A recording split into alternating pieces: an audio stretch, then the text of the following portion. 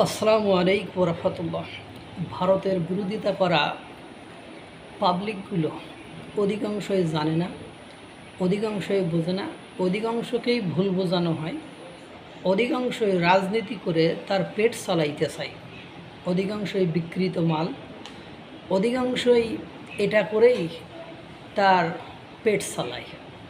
কিন্তু সত্যিকার অর্থে আপনি যদি দেশকে এগিয়ে নিতে চান, তাহলে ভারতের সাথে বন্ধুত্ব যে কতটা গুরুত্বপূর্ণ এবং ভারতের বিরুদ্ধে যে অভিযোগগুলো নিয়ে আসা হয় সেই অভিযোগগুলো যে ভিত্তিহীন এবং একটা দেশের সাথে একটা বড় দেশের সাথে একটা ছোট দেশের সম্পর্ক হলে এর বাইরে যে কোনো চিন্তাভাবনা থাকে না, তার প্রমাণাদি আপনাদেরকে একটু দিয়ে আসি।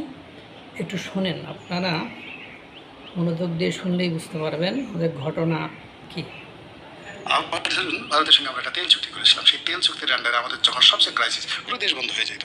দুটো দফাতে ভারত সেই পাইপলাইন শেখ হাসিনার জামানাতে করা হয়েছে, সেই পাইপলাইন দিয়ে যদি সেই 2 দিনের মধ্যে 24 ঘন্টার মধ্যে যেভাবে ডিজেল আসছে, ওইভাবে যদি ডিজেল না আসতো, পুরো বাংলাদেশ তার ধ্বংসের পক্ষে চালানো সম্ভব ছিল না। এই কাজগুলো তো শেখ হাসিনা করে গিয়েছে, এগুলো তো এখন মূল্যায়ন হচ্ছে। মানুষ তো এত বোকা না, মানুষ এখন এই জিনিসগুলো বুঝছে। বোঝার ফলে হলে কি, যে আগে যেভাবে শেখ হাসিনা ক্ষমতা ছিল, আমরা কন্টিনিউয়াসলি বিতর্ক করতাম, দেশ বিক্রি করে দিয়েছে, শেষ করে দিয়েছে, এটা খুব খারাপ। কিন্তু এখন মানুষ এই কথাগুলো বলছে না। আবার এরকম আমরা শুনেছি যে শেখ হাসিনা ভারতকে আমাদের রেল লাইন ব্যবহার করতে দেওয়ার সিদ্ধান্ত নিয়েছিলেন। ওটা তো দিয়ে দিয়েছিলেন, ওটা তো এখনো আছে, রাস্তা, করিডোর, পানি, নদীপথ সবকিছু। এবং এটা তো আমাদের জন্য বেশি উপকার হয়েছে। আমরা ইউনুসের জামানাতে দেখেছি যে মাত্র এক বছরে ভারতের বন্দরগুলো, হলদিয়া পোর্ট, মুম্বাই পোর্ট, নাভাশিবা পোর্ট এবং ওদের যে বেশ কয়েকটি এয়ারপোর্ট ব্যবহার করে আমরা বছরে 10,000 কোটি টাকা লাভ করি, সাশ্রয় করি। এবং যেটা ইউনুস জামানাতে বন্ধ করে দেওয়ার কারণে আমাদের পুরো এক্সপোর্ট মার্কেটের উপর অতিরিক্ত 10,000 কোটি টাকা চাপ পড়েছে। ফলে আমরা ভারতকে দিয়েছি, কিন্তু ভারত আমাদের কাছ থেকে যদি সুযোগ নিয়ে থাকে 500 কোটি টাকা সুযোগও নেয়নি। কিন্তু ইউনুস জামানাতে প্রমাণিত হয়েছে যে আমরা ভারতের, অর্থাৎ এটা তো রেসিপ্রোকাল ছিল। আমরা তো ট্রানজিট শুধুমাত্র ভারতকে দিইনি, ভারতেরও ট্রানজিট নিয়েছি।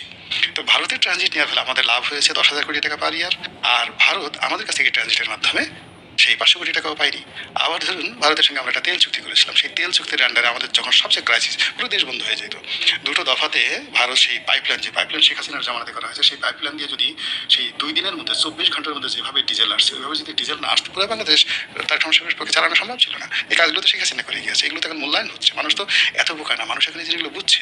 বোঝার ফলে হলে কি, যে আগে যেভাবে শেখ হাসিনা ক্ষমতা ছিল, আমরা কন্টিনিউয়াসলি বিতর্ক করতাম, দেশ বিক্রি করে দিয়েছে, শেষ করে দিয়েছে, এটা খুব খারাপ। কিন্তু এখন মানুষ এই কথাগুলো বলছে না। এখন বিষয়টি বুঝলেন যে ট্রানজিট সুবিধা বাতিল করার ফলে কী লাভ হলো। ট্রানজিট সুবিধা বাতিল করার ফলে দেখা গেল ভারতের যে পরিমাণ ক্ষতি হয়েছে তার চেয়ে অত্যাধিক অতিমাত্রায় ক্ষতি আমাদের হয়েছে। যখন ট্রানজিট ছিল সেই আমলে 10,000 কোটি টাকা নাকি লাভ করছে বাংলাদেশ। কিন্তু যখন ট্রানজিট ইউনুস এশিয়া বন্ধ করে দিল, তখন সে 10,000 কোটি টাকা লস হয়ে গেছে। হাসিনা পাইপলাইন দিয়ে যে তেলের চুক্তি করে গিয়েছিল, যখন সংকটকালীন অবস্থায় বাংলাদেশ চরম সংকটে পড়ে গেল, তখন ওই পাইপলাইন দিয়ে তেল আসার কারণেই দেশের মিল, ফ্যাক্টরি, কল, বিদ্যুৎ সব সেক্টর কিন্তু চলমান ছিল। যদি ওই পাইপলাইন ব্যবহার না করতো তাহলে সেটা কিন্তু বন্ধ হয়ে যেত। রেসিপ্রোকাল অ্যাডভান্টেজেস, পারস্পরিক সুবিধা অসুবিধা তো থাকবেই।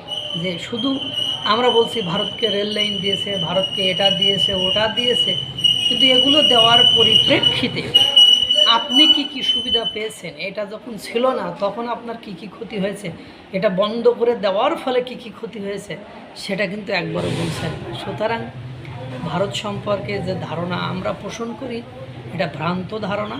সত্যিকার অর্থেই আমরা ভারত থেকেই অনেক কিছুই পেয়েছি। আল্লাহ তাআলা সকলকে ভালো রাখুক, সুস্থ রাখুক। আসসালামু আলাইকুম ওয়া রাহমাতুল্লাহ।